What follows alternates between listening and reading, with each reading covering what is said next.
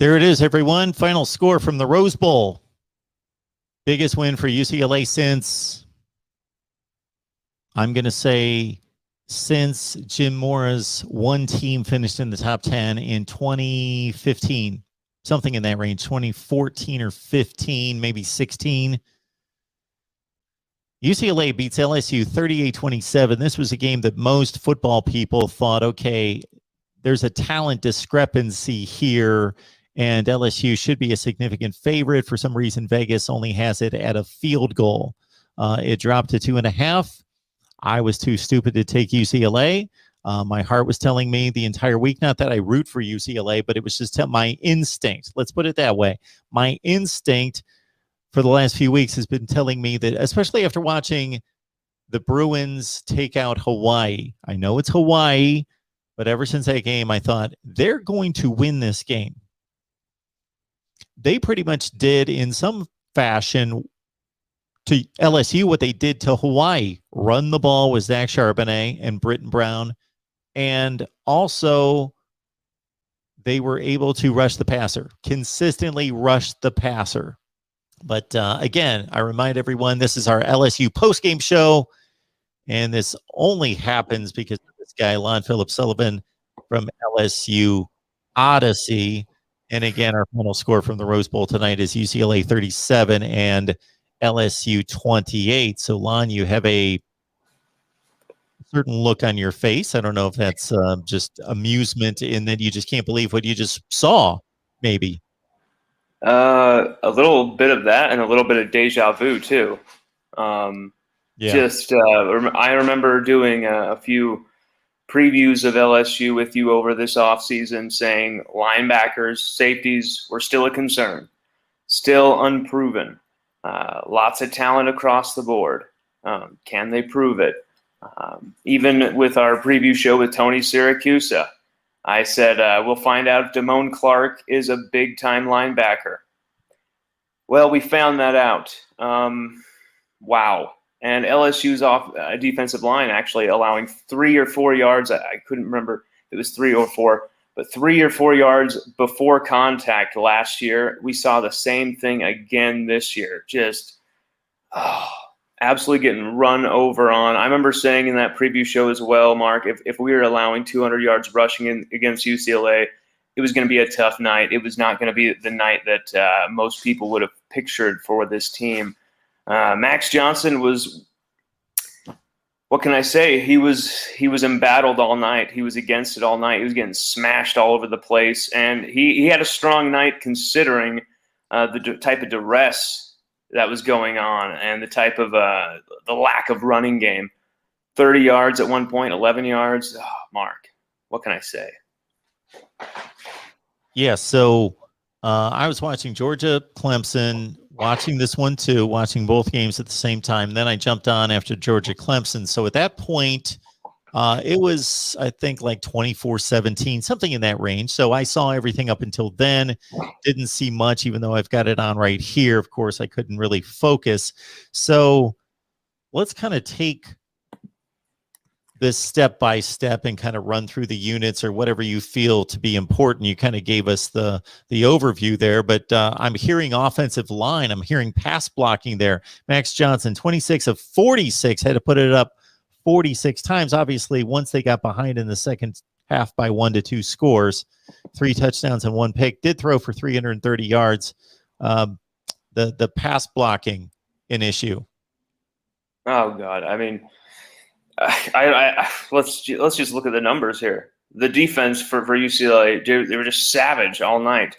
They were just putting him under so much pressure because Cam Wire, once he got the left tackle job when Dari Rosenthal transferred to Kentucky, there was some trepidation, but there's also some, whenever Cam Wire is filled in, he's been great. He's been a great swing man, very versatile. Once he got the left tackle job, all I heard and all I saw whenever I had access to any type of scrimmage or practice tape, struggling. Cam Wire struggling. Tonight, blown off the line, and then he went down with some type of injury.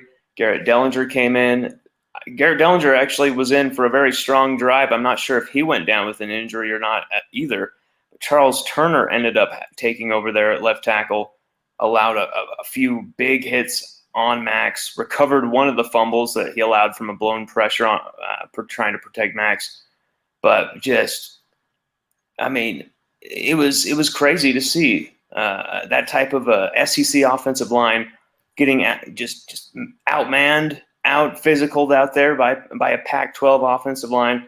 The whole conference tag thing mattered not out there. That was not a Pac-12 team. We got Lon Phillip Sullivan on the line. He's our LSU guy, and we encourage you to head on over to LSU Odyssey. Check out his work right there. Lon has a tremendous resource of contacts within the LSU community, whether that's players, former players, family, a lot of connections there dealing with the former teams, the current team, obviously, and recruiting as well. The next thing that jumps out to me that needs to be addressed is 46 pass attempts. And I know once they got behind in the second half, at some point you've got to throw it most of the time, but still 46 pass attempts. They ran it 25, but they really ran it more like 15 or 16. Max Johnson had 11. Most of those were just scrambles in which he had to run. So no John Emery tonight, correct? Yep, he was out for academic issues. Yeah. Academic issues forced him to not be a part of the roster tonight. And, I think it would have also helped to free up Ty Davis-Price. Usually they're complementary off of each other. John Emery helps to wear them out. Then Ty starts to find more holes. And just, 45 yards off of – let's look at it. 45 yards off of 48 yards off of 25 carries, Mark. That just looks like 2020 type of statistics to me. That's not going to win you football games. I mean, I get that people are saying we're moving away. Football is moving away from the running game mattering. Football is moving away from the running back. That's BS. You can still see that when you do not have that facet to your game, you will never win a championship, ever. It is so critical. It is so critical. And we are never able to get any sort of rhythm going. But that's because of the offensive line shuffle and the offensive line injuries and the offensive line playing like absolute poo out there, Mark. Just absolutely dominated by UCLA. It was quite unfathomable to behold. That was probably the best part of the game, though, the receiving core. And that was probably the biggest thing that we struggled with in that first half, was moving away from that. We started to really get in a rhythm when we were hitting Brian Thomas Jr. with those quick passes, hitting Kayshon Boutte, hitting Trey Palmer with those quick passes, even Jeray Jenkins. Max hit 5 guys for gains of 10-plus yards in just that first quarter, I believe, and was just really hot. And it was that quick strike attacking offense. Ty Davis-Price had his best runs of the night in the midst of those passing clusters. Why we moved away from that with these slow developing pre-snap movements and motions, it allowed that UCLA defense to catch a breath, that experienced unit to kind of say, hey, and they knew how to communicate, whereas the defense for LSU, man, there's just guys all over the place. The offense, we're talking about some offensive failures, and I get that. The LSU offense underwhelming, is horribly underwhelming. But the defense for LSU, embarrassing, Mark, embarrassing. While we wrap up the offense, Lon, that I tried to convince you, I don't know how many times this offseason, that Kayshon Boutte was the best wide receiver in college football. That's a little inside joke between Lon and I.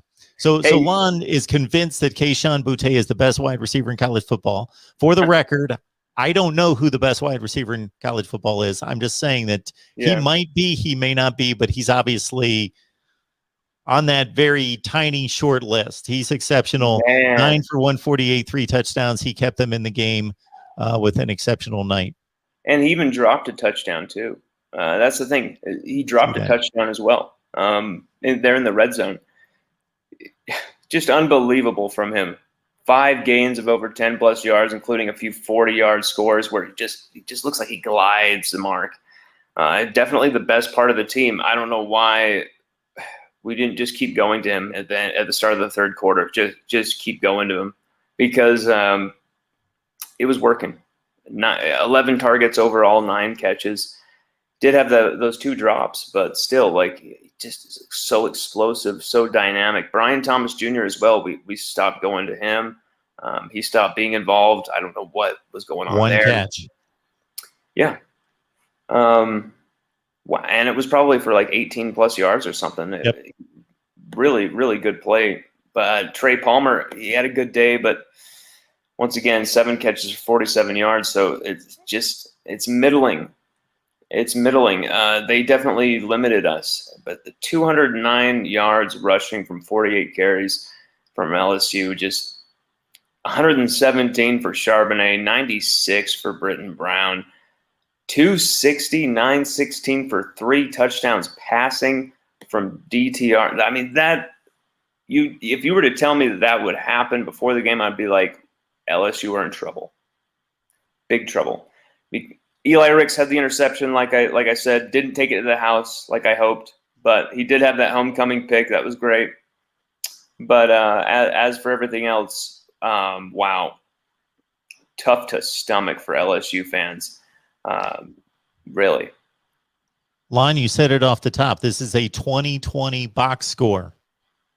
This is not a LSU box score. This, I'm not used to LSU team. We're used to LSU teams that have NFL players, just like they still do all over the place. But used to LSU delivering NFL players in the trenches that dominate and control games.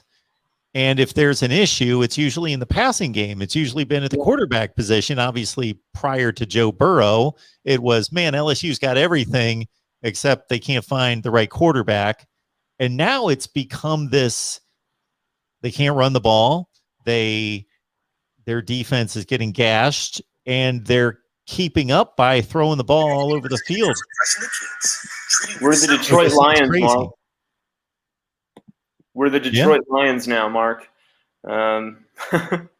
It is looking like some type of Detroit Lions thing. I don't know what's going on. It's become so one-dimensional. There's no toughness with this offensive line. Brad Davis, I knew he couldn't be, create Rome overnight, coming in after James Craig was canned, but there's so much to work with. There's over 147 games total appearances for these LSU guys before tonight, and 84 starts between our top 6 performers on this offensive line. And I don't even think we saw Anthony Bradford out there. We didn't really ever shuffle on the offensive line. Just there was no, and you saw Damone Clark out there at linebacker, play after play after play after play after play. What is it going to take for them to say, hey, we got to take this guy out of the game? We got to make that move now. What is it going to take? Because he was the biggest problem with LSU tonight. I mean, I'm just going to say it. It's the same thing every time. Just, he doesn't have the cardiovascular stamina to last that many plays out there. You're asking a guy to do way much more than he can. And it's not even fair to Damone Clark, actually, to expect him to do these things that are out of his skill set as well. He attacks the line of scrimmage. He's not a middle linebacker. I don't even think we saw Mike Jones Jr. out there tonight, did we, Mark? I don't remember even seeing him.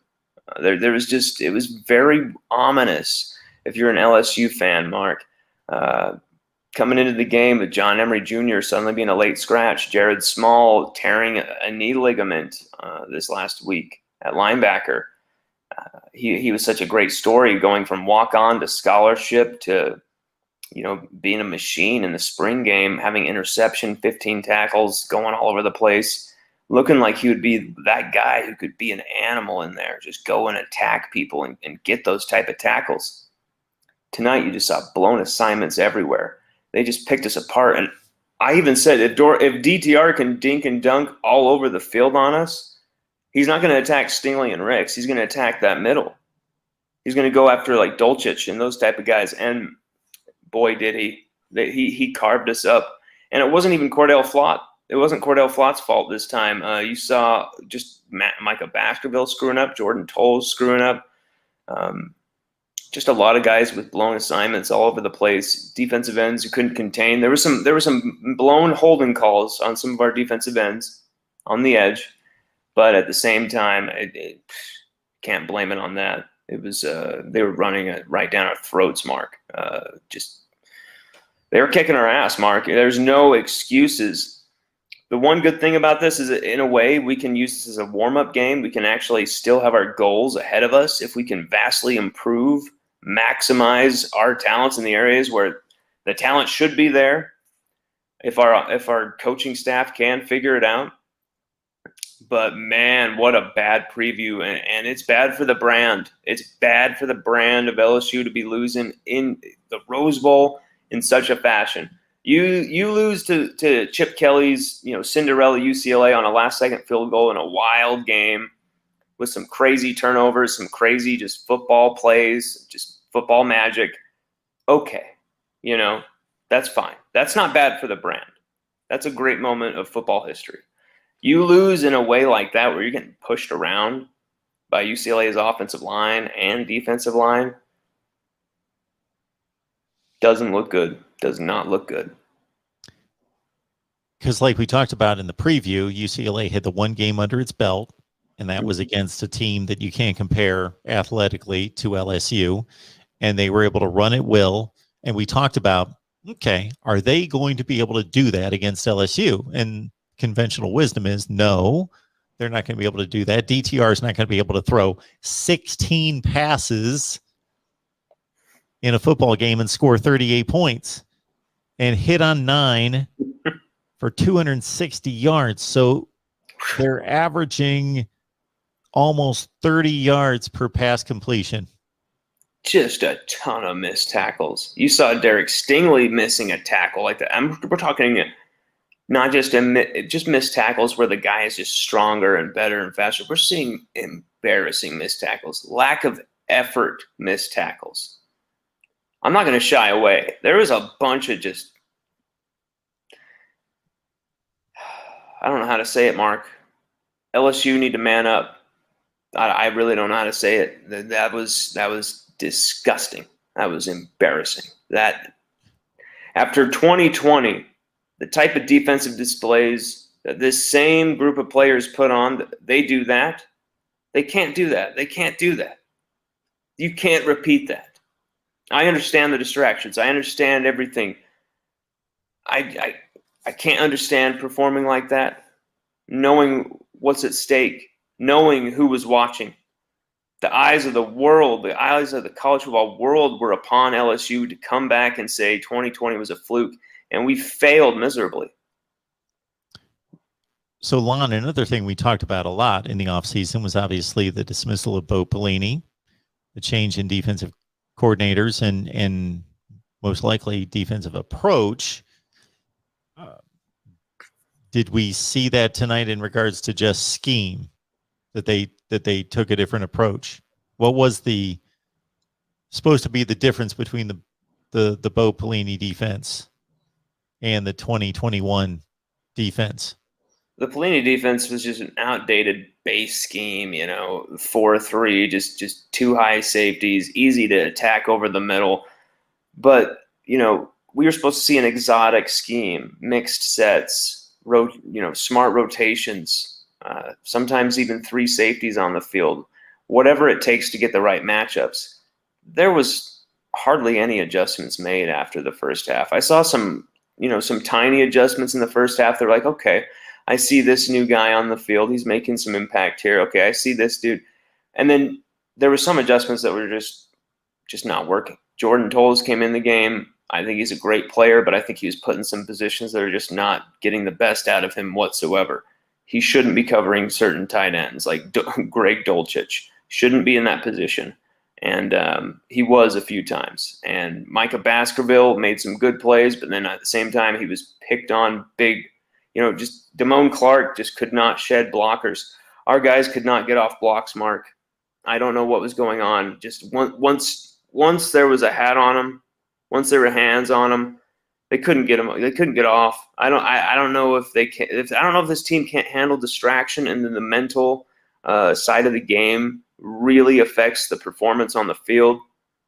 or what? Because there's so much talent on this defensive side of the field, and even on the offensive line. If we want to just say overall, for units that struggle, there's so much talent, there's so much experience on that offensive line. But I don't know if they just can't handle certain things happening off the field. They've been through so much. I get it, and this is the second straight season where, once again, there's things up in the air. There's schedules changing. You have to go to this place now. You have to fly this place. It's a lot different than it was drawn up to be initially. But they were supposed to be able to handle that. They had a lot of former Tigers watching them. They had a lot of former Tigers on that sideline, and they let them down. They let the state of Louisiana down, and they let LSU down. But they still have a chance to rectify and to atone for that this season, believe it or not. This LSU team still have a chance to turn things around. I believe there's enough talent on this team if fairly and correctly utilized, Mark. If this coaching staff can understand when there's a matchup and to take advantage, when Kayshon Boutte can't be stopped, just keep giving the guy the ball until they stop him.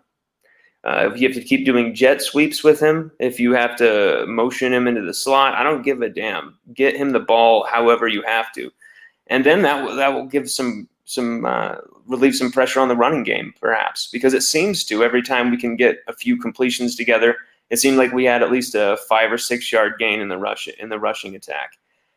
Ty Davis Price, every time he had the ball, he had about 3 guys in his face. Not even Barry Sanders can get out of that and still make it to the next level, get to the next level in there. It's just, it's tough sledding. So the next time LSU steps on the field that you would think that they could be threatened would be 2 weeks from now, 3 weeks from now at Mississippi State.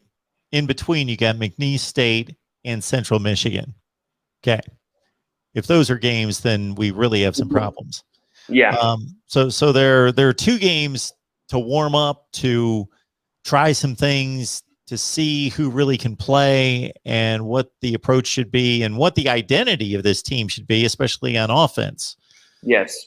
So what are you looking for, assuming these should be like at least 3 touchdown wins, each one of them, even if they don't play well? So what are you looking for the next 2 weeks before you get into SEC play? Mark, we have to start running the football. We need to start putting Garrett Dellinger at left tackle if he's healthy. If he's healthy enough to be out there, the freshman needs to be, because it seemed like we had success when he was out there from what I saw. Anthony Bradford, I don't know if he's unavailable through injury or what, but he needs to come in at right guard for Chasen Hines. Chasen Hines, he can't do it. He can't do it. He had a chance tonight to prove a lot of LSU fans wrong. He did not do that. Across the board, we need to figure out some type of identity on the offensive line. I know Brad Davis is gonna coach him hard, Mark, but it seems like this offensive line isn't durable enough to be able to maintain a strong rushing attack. But we need to start running the football. If we can't run the football, we can't help out Max Johnson. We can't protect Max Johnson. We're always in obvious passing situations where the defensive coordinator knows exactly what to do, exactly how to attack us. And it doesn't matter if we have great, strong talents on the outside with mismatches. But we need to take advantage of those mismatches as well, though. We stopped giving the ball to Jack Besh. Jack Besh was a big mismatch for him early. Had a few big plays, had a penalty on him, I believe it was, or maybe just got hit in the face when he was going up for the ball. But we seemed to take him out of the football game, and Besh needs to stay in there. Besh was hot when he was in there as well. Jeray Jenkins, he needs to step up, get the ball more. He needs to demand the ball more. He needs to get open more. He needs to get some more yards after the catch. There were some drops all over the field too. We're missing some Jontre Kirkland, John Emery Jr., Glenn Logan. We're missing some bodies all over the place, but at the same time, no excuses to lose to UCLA like this. But the only way we can really get through this is by just playing the games, Mark. I don't know really don't even know how this coaching staff can figure this out, except for just to have these guys play their way through this. And I don't think this is really too on the coaching staff. I think it's guys just missing tackles. I didn't see Durante Jones's scheme really being too out of whack. Did you see anything really wrong with his scheme? I didn't feel like there was too much that was wrong there. Yeah. UCLA was able to do to LSU what they were able to do to Hawaii, and that was the offensive line in run blocking, and the backs, especially Zach Charbonnet, just playing like men. And then that opened up the passing attack. The passing attack didn't have to be devastating, but when you're running the ball that well, then your quarterback's going to be able to play action and have all sorts of time. And that's the result. When you can run it for whatever the yardage total was, and like you said, Charbonnet's was ridiculous, 10 plus yards, 13 yards a carry, whatever it was. You're going to throw the ball, have the luxury of only throwing 16 times, but making those count for huge yardage. Yeah. Our guy Joseph Barrett's on the line asking, Lon, what is the temperature of LSU's fan base with Edo? I see a lot of fans kind of jumping back and forth. I see a lot of fans who are, claim to be the strong, old, faithful defenders of the faith with Coach Ed Orgeron being really back and forth. When losses like this happen, they go for his head. Behind closed doors in those chat rooms, on the forums, as well as, on social media, public platforms, right, for everyone to see. It seems like there's a lot of people thinking, the emperor has no clothes. The coach has been found out. It really was Joe Burrow. It really was. Yeah, I don't believe that just yet. I don't feel like we've seen evidence for that just yet. But this is a big hit. This is a big hit. There's no question. Is it on Coach Ed Orgeron? I with all that's gone on, with all the hurricane distractions, for him as well. I mean, his family, his mother lives down there in Lafourche, a place that was absolutely ground zero for the Hurricane Ida, absolutely ravaged. They've been through a hell of a lot. Coach O as well. Coach O, I don't think there's evidence for him to really be on the hot seat for me right now. I still think we will see evidence for that by the end of this season. Depending on where LSU are by the end of the season, I think it would be very definitive where we're at as a program. We're trying to take that move from being a team that wins championships, a program that's winning championships, to a championship program. And can Coach Ed Orgeron be that guy? I think he can. I think he has. He's done it. He's obviously produced the greatest of all time college football team. He has the pedigree. He knows what it's like to come back from calamities like this game as well. There's never a more dangerous or stronger LSU team than a team that has their backs against the wall like this team will, not only coming into McNeese State, but then Mississippi State in a few weeks from now. Going into the teeth of that SEC schedule, but here's the thing. No more mistakes from here on out, Mark. It's one more loss and we're out. We're out of the CFP contention, out of the likely SEC championship game contention. But we'll see what happens, because this season there's so much that can still go on. There's so much still up in the air. There's still so much football to be played, but it's going to be rough and tough sledding for the LSU Tigers at each game here, because the target's on the back. Everybody knows exactly what they have to do against us. It was a bad matchup for us tonight. If you were to tell me this LSU defense is just like a 2020 defense, that's exactly what I'm seeing. That's what I wasn't seeing through practice or scrimmages. I was seeing a really tough, hard-nosed team. I don't know what was going on. And so if someone were to tell me that's what you're going to see is this 2020 team, I'd be like, wow, this is a bad matchup for us, because UCLA play at old school.